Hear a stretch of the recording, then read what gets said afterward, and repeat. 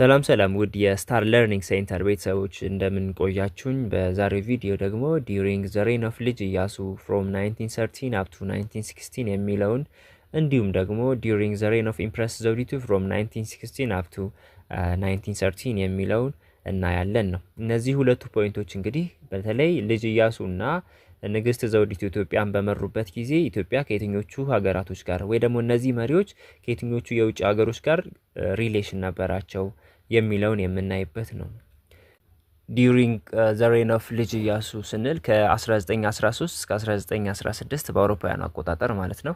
ወይ ደግሞ በእኛ ከ1906 እስከ 1909 የነበረው ጊዜ ማለታችን ነው። ስለዚህ በሱ ዘመነ መንግስት ልጅ ኢያሱ ከማን ጋር ከየትኞቹ ሀገሮች ጋር ሪሌሽን ነበረው ነው።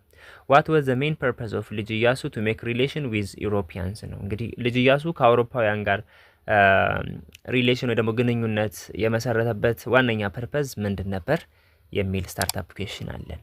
እንግዲህ ስለ ልጅ ኢያሱ ስናወራ መጀመሪያ ልጅ ኢያሱ ማን ነው የሚለውን አጠር አድርጌ ልንገራችሁ። ልጅ ኢያሱ ማለት የአጼ ምኒልክ የልጅ ልጅ ነው። የአጼ ምኒልክ የልጅ ልጅ ነው ስንል ሸዋረጋ ምኒልክ የምትባል የዳግማዊ ምኒልክ ታላቅ ልጅ ነበረች እና የእሳቸው ልጅ ሸዋረጋ እንዲሁም ደግሞ የወሎው ንጉስ ሚካኤል ወይ ደግሞ የቀድሞ መሐመድ አሊ የሱና የሸዋረጋ የሁለቱ ልጅ ነው። ስለዚህ እናቱ ሸዋረጋ ምኒልክ ናት፣ አባቱ ደግሞ ራስ ሚካኤል የወሎው ገዥ ወይ ደግሞ ንጉስ ሚካኤል የሚባለው የወሎው ገዥ ወይ የመሐመድ አሊ ልጅ ነው ልጅ ኢያሱ ማለት ነው። ስለዚህ ዳግማዊ አጼ ምኒልክ መጨረሻ ላይ እንግዲህ በህይወታቸው መጨረሻ አካባቢ በህመም ተሰቃይተው እንግዲህ በህመም ምክንያት ነው የሞቱት በኋላ ላይ። ስለዚህ ህመም ላይ ሆነው አልጋ ላይ በቀሩበት ጊዜ ቀጣዩ ኢትዮጵያን ሊያስተዳድር የሚችል ወይ ደግሞ አልጋ ወራሻቸውን ሲመርጡ ቀጣዩ ኢትዮጵያን ሊያስተዳድርላቸው የሚችል የራሳቸው የቅርብ ሰው የሆነውን ሰው እንግዲህ ሲመርጡ የልጅ ልጃቸው ልጅ ኢያሱ ወይ ደግሞ የሸዋረጋን ልጅ የልጅ ልጃቸውን ኢያሱን እንግዲህ አልጋ ወራሽ አድርገው ሾመውታል ነው። ስለዚህ ከተሾመ በኋላ 1913 ላይ እንግዲህ ልጅ ኢያሱ የኢትዮጵያ ንጉሠ ነገስት ሆኖ እንግዲህ አልጋ ወራሽ ሆኖ ስልጣን ተረክቧል ማለት ነው። So at the beginning of his reign ልጅ ኢያሱ began to give material and moral support to Said Muhammad Abdille Hassan, the Somali patriotic leader who had been challenging British and Italian colonial rule. እንግዲህ ልጅ ኢያሱ እንግዲህ ስልጣኑን በተረከበበት ጊዜ ወይ ደግሞ ይሄ የሱ የስልጣን ዘመን ከተጀመረበት ጊዜ አንስቶ ማለት ነው ወይ በመጀመሪያዎቹ የስልጣን ዘመኑ ወይ ደግሞ ወደ ስልጣን ከመጣ በጥቂት ጊዜያቶች ውስጥ ምን ማድረግ ጀመረ? ይሄ የሶማሌ ብሔራዊ ጀግና ወይ ደግሞ ፓትሪዮቲክ ወይ ደግሞ አርበኛ ነበረ። ሶማሌላንድን ከብሪቲሽና ከጣሊያን ቅኝ ግዛት ነፃ ለማውጣት የሚሰራ ወይ ደግሞ ከፍተኛ የሆነ ጥረት የሚያደርግ ሰው ነበረ። ማን የሚባል? ሰይድ መሐመድ አብድሌ ሐሰን የሚባል።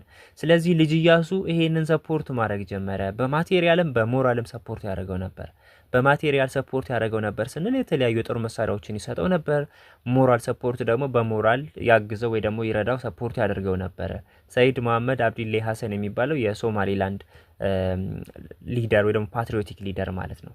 ለምንድነው ሶማሊላንድ የሶማሊላንዱ ሊደር ሰይድ መሐመድ አብድሌ ሐሰንን ሰፖርት የሚያደርገው ልጅ ኢያሱ? ይሄ ሶማሊላንድን ሁለት ፈረንሳይን ጨምሮ 3 የአውሮፓ ቀኝ ገዢ ሀገራቶች ይሄን አካባቢ ኮንትሮል አድርገውት ነበር። ስለዚህ ራሳቸውን ነፃ ሀገር እንዲያደርጉ እና ከዛ አገዛዝ ነፃ እንዲወጡ ልጅ ኢያሱ ሰፖርት ማድረግ ጀመረ ነው። This was more threateningly the surrounding colonial powers, particularly the British, France and the Italians. ስለዚህ ይሄ የልጅ ኢያሱ ድርጊት እነዚህ ኮሎኒያል ፓወሮቹ ወይ ደግሞ በአካባቢ የሚገኙት ቅኝ ገዢዎቹ ማለትም አካባቢውን የተቆጣጠሩት በቅኝ ግዛት ብሪቲሽ፣ ፍራንስ እና ኢታሊ ወይ ደግሞ ጣሊያን የምንላቸው እነዚህ ሶስቱ ሀገሮች ከፍተኛ የሆነ ስጋት አደረባቸው ነው። ስለዚህ ልጅ ኢያሱን በስጋት መመልከት ጀመሩ። በአካባቢው ላይ ያለውን የቅኝ ግዛታቸውን ወይ ደግሞ ይሄንን የቅኝ ግዛትን የሚቃወሙ ኃይሎችን መደገፉን ተከትሎ ልጅ ኢያሱን እንደ ስጋት መመልከት ጀመሩ። እነማን? ብሪቲሽ፣ ፍራንስ እና ኢታሊ የምንላቸው ነው። On the other hand ልጅ ኢያሱ made relation with Germany and Turkey ከነዚህ ሀገሮች ጋር ከተቀራረ ወይ ደግሞ በእነዚህ ሀገሮችን የሚቃወሙ እነ ሰይድ መሐመድ አብድሌ ሐሰን የሚባለውን ሰፖርት ካደረገ በኋላ ደግሞ የነሱን ሌላ ተቃራኒ የሆነው የምታስታውሱ ከሆነ አንደኛ ዓለም ጦርነት እነ ፈረንሳይና እንግሊዝ ከጀርመን በተቃራኒ ናቸው። ስለዚህ አሁንም ያደረገው ከነሱ ተቃራኒ ያለችውን ጀርመንን በተለይ ደግሞ ጀርመንን እንዲሁም ቱርክን ከነሱ ጋር ሪሌሽን ጀመረ ነው። ይሄ ማለት የአንደኛ ዓለም ጦርነት ወቅት የነበረውን የኃይል አሰላለፍ ሚዛን ግምት ውስጥ ሳያስገባ እንግዲህ ከጀርመን ጋር ሪሌሽን ጀመረ ነው። ያው መጨረሻ ላይ ጀርመን በአንደኛ ዓለም ጦርነት እንደተሸነፈች አይተናል ምዕራፍ 4 ላይ ማለት ነው። ስለዚህ ይሄኛውም ሌላው እንግዲህ ከነዚህ የሶማሌ ፓትሪዮቲክ ሊደር እነ ሰይድ መሐመድ አብዲሌን ከመደገፍ በተጨማሪ ደግሞ ከነ እንግሊዝ በተቃራኒ ያለውን ኃይል እነ ጀርመንን ሰፖርት ማድረግ ጀመረ፣ ከነሱ ጋር ሪሌሽን መጀመር ጀመረ ማለት ነው። Both of them tried to recruit ልጅ ኢያሱ to agitate colonial subjects to uprising against their masters Britain, France and Italy። እነዚህ both of them የምንላቸው እነዚህ ጀርመን እና ቱርክ ምን አደረጉ ማለት ነው? both of them tried to recruit ልጅ ኢያሱ to agitate colonial subjects to uprising against their masters Britain, France and Italy ነው። ስለዚህ በአካባቢ ያለውን ይሄ የፈረንሳይ የብሪቴን እና የጣሊያንን የቅኝ ግዛት ወይ ደግሞ የመስፋፋት ሐሳብ ሊያስቆም የሚችለው እንግዲህ ማን ነው ብለው አሰቡ እነዚህ ጀርመንና ቱርኮች? ልጅ ኢያሱ ነው። ስለዚህ እሱን አመለመሉ ወይ ደግሞ አጩት ያን አካባቢ ወይ ደግሞ ይሄ እነ ብሪቴን ፍራንስና ኢታሊ ያላቸውን የዚህ አካባቢ ቅኝ ግዛታቸውን እንዲያስቆም ወይ ደግሞ እንዲለቁ ለማድረግ ከፍተኛ የሆነ ስራ ይሰራል ብለው ያሰቡት ይሄ ልጅ ኢያሱን ነበር። ስለዚህ ሪክሩት ያደረጉት አጩ ወይ መለመሉት ነው። ስለዚህ ያንን ስራ እንዲሰራ ልጅ ኢያሱን አነሳሱት ነው። ምን አይነት ስራ እንዲሰራ? የነ ፈረንሳይ ጣሊያንና ብሪቴን በዚህ በኢትዮጵያ አካባቢ በተለይ በሶማሊያ አካባቢ ያላቸው ግዛት እንዲለቁ ቅኝ ግዛታቸው እንዲለቁ ለማድረግ የነበራቸው ግዛት ሎስት እንዲያደርጉ ልጅ ኢያሱ ዋናው ሰው እንዲሆን እነ ጀርመንና ቱርክ አነሳሱት ነው። This relation became one of the factor for his failure። ስለዚህ ይሄ ከጀርመን ጋር የነበረው ሪሌሽን ለውድቀቱ እንግዲህ አንዱ ምክንያት ሆኗል። ምክንያቱም እነ ብሪቴን ፍራንስ እና ጣሊያን ይሄ የልጅ ኢያሱን መንግስት ለመጣል ወይ ደግሞ የልጅ ኢያሱ የስልጣን ጊዜ እንዲያበቃ ከስልጣን እንዲወርድ ከዛ በኋላ ኢትዮጵያ ውስጥ ካሉት ሌሎች የልጅ ኢያሱ ተቃዋሚ መኳንንቶች ወይ መሳፍንቶች ጋር ከፍተኛ የሆነ ስራ ሰርተዋል፣ ልጅ ኢያሱ ከስልጣኑ እንዲወርድ ለማድረግ ማለት ነው። ስለዚህ የልጅ ኢያሱ ያልተገባ በተለይ ከጀርመን ጋር የመሰረተው ወዳጅነት እና ከነ ብሪቴን ፍራንስ እና ጣሊያን ጋር የነበረው ጠላትነት ወይ ደግሞ መጥፎ የሆነ ግንኙነት በስልጣኑ ላይ ወይ ደግሞ ለሱ ለውድቀቱ አንድ ምክንያት ሆኗል ነው። ምክንያቱም እነዚህ ፈረንሳይ እንግሊዝና ጣሊያን ኢትዮጵያ ውስጥ ካሉ የልጅ ኢያሱን መንግስት ወይ ደግሞ የልጅ ኢያሱን ስልጣን እንዲያበቃ ከሚፈልጉ ሌሎች መሳፍንቶች ወይ መኳንንቶች ጋር ከፍተኛ የሆነ ስራ ሰርተዋል፣ በተለይ ከነ አጼ ኃይለ ሥላሴ ጋር ማለት ነው። ስለዚህ እሱ እንዲወድቅ የሱ ስልጣን እንዲያበቃና የነበረው የንግስና ህይወት እንዲቆም ወይ ደግሞ ከስልጣን እንዲወርድ ከፍተኛ የሆነ ስራ ሰርተዋል ነው። በርካታ ምክንያቶች ይነሳሉ። ከነዛ ምክንያቶች ውስጥ አንዱ ነው ለምሳሌ ኤክስተርናል ፋክተር አሁን ያየነው የነ ብሪቴን ፍራንስ እና ጣሊያን ጋር የነበረው ግንኙነት፣ በአንደኛ ዓለም ጦርነት ጊዜ ደግሞ ጀርመንን መደገፉ ጭምር አንዱ ለውድቀቱ ምክንያት ነው። ኢንተርናል ፋክተሮች ወይ ደግሞ ውስጣዊ ምክንያቶቹ በተለይ ከዛ በፊት የነበሩ የባህላዊ የሆኑ ነገሮችን አለማክበር፣ ለምሳሌ በርካታ ሚስቶቹን የማግባት ይሄ በቤተ መንግስቱ አካባቢ ባሉ መሳፍንቶች ዘንድ አልተወደደም ነበር። ብዙ ሚስቶችን አግብቶ ወደ 13 የሚጠጉ ሚስቶችን አግብቶ ነበር ልጅ ኢያሱ ማለት ነው። ሌላ ከሃይማኖት ጋር የነበረው በተለይ ከኦርቶዶክስ ሃይማኖት ጋር የነበረው ልዩነት እንዲሁ ለውድቀቱ በምክንያትነት ይጠቀሳሉ ማለት ነው የልጅ ኢያሱ። ስለዚህ በዚህ ምክንያት ነው እንግዲህ የልጅ ኢያሱ ከስልጣኑ የተወገደው። በጣም ወጣት ህፃን ልጅ ነበረ። ወደ ስልጣን ሲመጣም ያለ መብሰል ሁኔታዎችም እንግዲህ እንደዚህ አይነት ስራዎችን እንዲሰራ ምክንያት ሆነውታል ማለት ነው። ሁለተኛ ፖይንታችን during the reign of Empress ዘውዲቱ from 1960 up to 1930 የሚለው ነው። ስለዚህ የንግስተ ነገስታት ወይ ደግሞ የንግስተ ነገስት ዘውዲቱ 1916 እስከ 1930 ኢትዮጵያን ያስተዳደረች የዳግማዊ አጼ ምኒልክ ልጅ ናት። ዘውዲቱ ምኒልክ የምንላት ደግሞ ማለት ነው። ስለዚህ እሷም ከ1916 እስከ 1930 ድረስ ኢትዮጵያን ያስተዳደረች ንግስት ናት።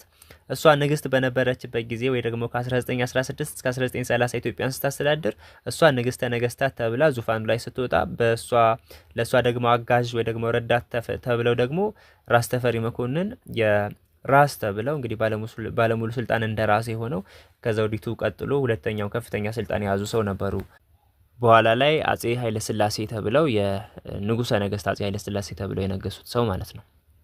እዚህ ጋር ስታርታፕ ኩዌስችን ላይ ዋይ ዲድ ኢታሊ ሰፖርት ኢትዮጵያስ ኤንትሪ ቱ ዘ ሌግ ኦፍ ኔሽንስ ነው። ኢትዮጵያ ሌግ ኦፍ ኔሽን ወይ ደግሞ የመንግስታቱ ማህበርን እንድትቀላቀል እንድትገባ በአባልነት እንድትገባ ጣሊያን ለምንድን ነው ሰፖርት ያደረገችው የሚል ጥያቄ ነው ያለን። ሶ ኢን 1920s ራስ ተፈሪ መኮንን ሴንት ያንግ ኢትዮጵያንስ አብሮድ ፎር ኤዱኬሽን። እንግዲህ 1920ዎቹ ላይ ራስ ተፈሪ መኮንን የኢትዮጵያ ወጣቶች ወይ ደግሞ ተማሪዎች ወደ ውጭ ሀገር ሄደው እንዲማሩ ወይ ደግሞ ወደ ውጭ ወጥተው እንዲማሩ ያደርግ ነበር ወይ ደግሞ ይልክ ነበር ወደ ተለያዩ የአውሮፓ ሀገሮች ወደ አውሮፓና ሌሎች ሀገራቶች የኢትዮጵያ ወጣቶች ወይ ደግሞ የኢትዮጵያ ተማሪዎች ወደ ውጭ ሄደው እንዲማሩ የተለያዩ ተማሪዎችን ወይ ወጣቶችን ወደ ውጭ ይልክ ነበር ነው። ራስ ተፈሪ መኮንን ማን ነው? የንግስት ዘውዲቱ አጋዥ ረዳት ባለሙሉ ስልጣን እንደራሴ የነበረ ሰው በኋላ አጼ ኃይለ ሥላሴ ተብሎ የሚነግሰው ሰው ማለት ነው። ስለዚህ ይህ ሰው በ1920ዎቹ የኢትዮጵያ ወጣቶችን ወይም ተማሪዎቹ ወደ ተለያዩ ወደ ውጭ ሀገር ሄደው ትምህርት እንዲማሩ ይልኩ ነበር ወይም ይልካቸው ነበር ነው። ዘ ዴስቲኔሽን ኦፍ ሞስት ኦፍ ዲስ ስቱደንትስ ዋዝ ፍራንስ ኤንድ ኢጂፕት ነው። አብዛኞቹ ወደ ውጭ የሚላኩት ተማሪዎች ደግሞ መዳረሻቸው ወዴት ነበር? ወደ ፈረንሳይና ወደ ግብጽ ይላኩ ነበር ለትምህርት ነው። Those Ethiopians who engaged in different positions after liberation belonged to this category. እነዚህ ወደ ፈረንሳይ ወደ ግብጽ ሄደው እንዲማሩ የተደረጉት ተማሪዎች በኢትዮጵያ ውስጥ የተለያየ ስልጣን በኋላ ላይ በተለያየ ስልጣን ኢትዮጵያን ያገለገሉ ወይም የመሩ ሰዎች ናቸው። መቼ? ከሊብሬሽን ወይም ከነጻነት በኋላ ከ1941 በእነሱ አቆጣጠር በኋላ በኢትዮጵያ ውስጥ በተለያየ ስልጣን ኢትዮጵያን ሲያገለግሉ የነበሩ የተለያዩ ባለስልጣናት እንግዲህ በፊት በቀድሞ በ1920ዎቹ እንግዲህ ወደ ውጭ ሀገር ሄደው እንዲማሩ የተደረጉ የተለያዩ ተማሪዎች ናቸው ነው። እዚህ ጋር ማወቅ ያለባችሁ ነገር ንግስተ ነገስት ዘውዲቱና ራስ ተፈሪ መኮንን በነበሩበት ወይ ደግሞ በጣምራ በሚያስተዳድሩበት ጊዜ ወይም ራስ ተፈሪ የንግስቷ አጋዥ ሆነው በሚያስተዳድሩበት ጊዜ ማህበረሰቡ ለሁለት የተከፈለ ነበር ነው። እንግዲህ ግማሾቹ ዘውዲቱን ሰፖርት ያደርጉ ነበር፣ ግማሾቹ ደግሞ ኃይለ ሥላሴን ሰፖርት፣ በተለይ ወጣቶቹ መሳፍንቶች መኮንኖች ኃይለ ሥላሴን ሰፖርት ያደርጉ ነበር። በሁለት የተከፈለ ነበር ነው። ለምንድን ነው? ንግስቷ ወይ ደግሞ የዳግማዊ አጼ ምኒልክ ልጅ ዘውዲቱ ንግስት ዘውዲቱ ማለት ነው ቀድሞ የነበረው ስርዓትና ባህል ሳይበረዝ ተጠብቆ እንዲቆይ ትፈልግ ነበር እሷ ማለት ነው ንግስቲቷ። በአንጻሩ ኃይለ ሥላሴ ወይ ደግሞ ራስ ተፈሪ መኮንን ከውጭው ዓለም ጋር ግንኙነት በመፍጠር የአስተዳደር ስርዓታቸው ዘመናዊ እንዲሆን ለማድረግ ከፍተኛ ስራ ይሰሩ ነበር ነው። ስለዚህ በሁለቱ መካከል እንግዲህ ልዩነት ነበር ነው። ምክንያቱም ንግስቲቷ ወግ አጥባቂ የድሮ የነበረው ነገር እንዲቀጥል ትፈልጋለች። በአንጻሩ አጋዥ ሆኖ የተሾመው ደግሞ ኃይለ ሥላሴ ደግሞ የውጭው ዓለም ዘመናዊ የሆነ የአስተዳደር ስርዓት ወደ ኢትዮጵያ እንዲመጣ ከፍተኛ የሆነ ፍላጎት ነበረው። እንደዚህ አይነት ጥረት የሚያደርግ ነበር። ስለዚህ በዚህ ምክንያት በሁለቱ መካከል ልዩነት እየተፈጠረ ሄደ ማለት ነው። A smaller number found their way to Britain and the United States, with one or two were going to Switzerland. እንግዲህ አብዛኞቹ ተማሪዎች በ1920ዎቹ በአጼ ኃይለ ሥላሴ የሚላኩት ወዴት ነበር? ወደ ፈረንሳይና ግብጽ ነበር።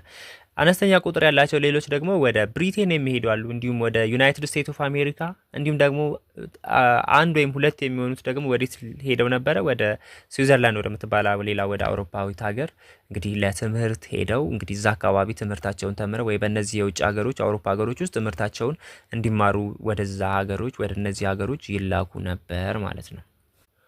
All a total of some 200 Ethiopians reportedly studied abroad through government or private means before 1935 ነው። እንግዲህ ከ1935 ወይ ደግሞ ከጣሊያን ወረራ በፊት በነበረው ጊዜ ውስጥ ማለት ነው እንግዲህ በተለያየ የአውሮፓ ሀገሮች ውስጥ በውጭ ሀገር የተማሩት አጠቃላይ ተማሪዎች ቁጥራቸው እንግዲህ ወደ 200 እንደሚሆኑ እንግዲህ ሪፖርት ተደርጎ ነበር ነው። እነዚህ 200 የሚሆኑት በአውሮፓ ሀገሮች ወይ ደግሞ በውጭ ሀገሮች የተማሩት እንግዲህ ስሩ ገቨርንመንት ወር ደግሞ ፕራይቬት ነው። በግል የተማሩ ማለት በመንግስት ወይ ደግሞ በአጼ ኃይለ ሥላሴ አማካኝነት ተልከው የተማሩ ተማሪዎችም ነበሩ ነው። During the early 1920s Italy presented herself as friend of Ethiopia, especially in the diplomatic sphere. Italy supported Ethiopia's entry to the League of Nations. እንግዲህ በ1920ዎቹ መጀመሪያ አካባቢ ላይ ማለት ነው ጣሊያን የኢትዮጵያ ቤስት ፍሬንድ ነበረች ነው። እንግዲህ ከኢትዮጵያ ጋር በጣም ወዳጅነት መስርተው ነበረ ማለት ነው በ1920ዎቹ መጀመሪያ ላይ። በተለይ ደግሞ በዲፕሎማሲው መስክ ኢትዮጵያና ጣሊያን በጣም ይደጋገፉ ወይ ደግሞ ቤስት ፍሬንድ የሆኑ ሀገሮች ነበሩ። እንግዲህ በዛ ወዳጅነታቸው ምክንያት ደግሞ ጣሊያን ኢትዮጵያ ወደ ሌግ ኦፍ ኔሽን እንድትገባ ሰፖርት ታደርጋት ነበር ወይ ደግሞ ትደግፍ ነበር። የኢትዮጵያ ወደ ሌግ ኦፍ ኔሽን ወይ ደግሞ የመንግስታቱ ማህበር አባል እንድትገባ ጣሊያን ሰፖርት ታደርግ ነበር፣ በጣም ወዳጅ ስለነበሩ ማለት ነው። በዚህም እንግዲህ ኢትዮጵያ የተባበሩ መንግስታት ወይ ደግሞ የመንግስታቱ የሌግ ኦፍ ኔሽን አባል የሆነችው ሴፕቴምበር 28 1923 ላይ ኢትዮጵያ አባል የሌግ ኦፍ ኔሽን አባል ሀገር እንድትሆን ተደረገች ነው። የምታስታውሱ ከሆነ የአንደኛ ዓለም ጦርነት እንደተጠናቀቀ 1920 ላይ ነው ይሄ ሌግ ኦፍ ኔሽን የተመሰረተው።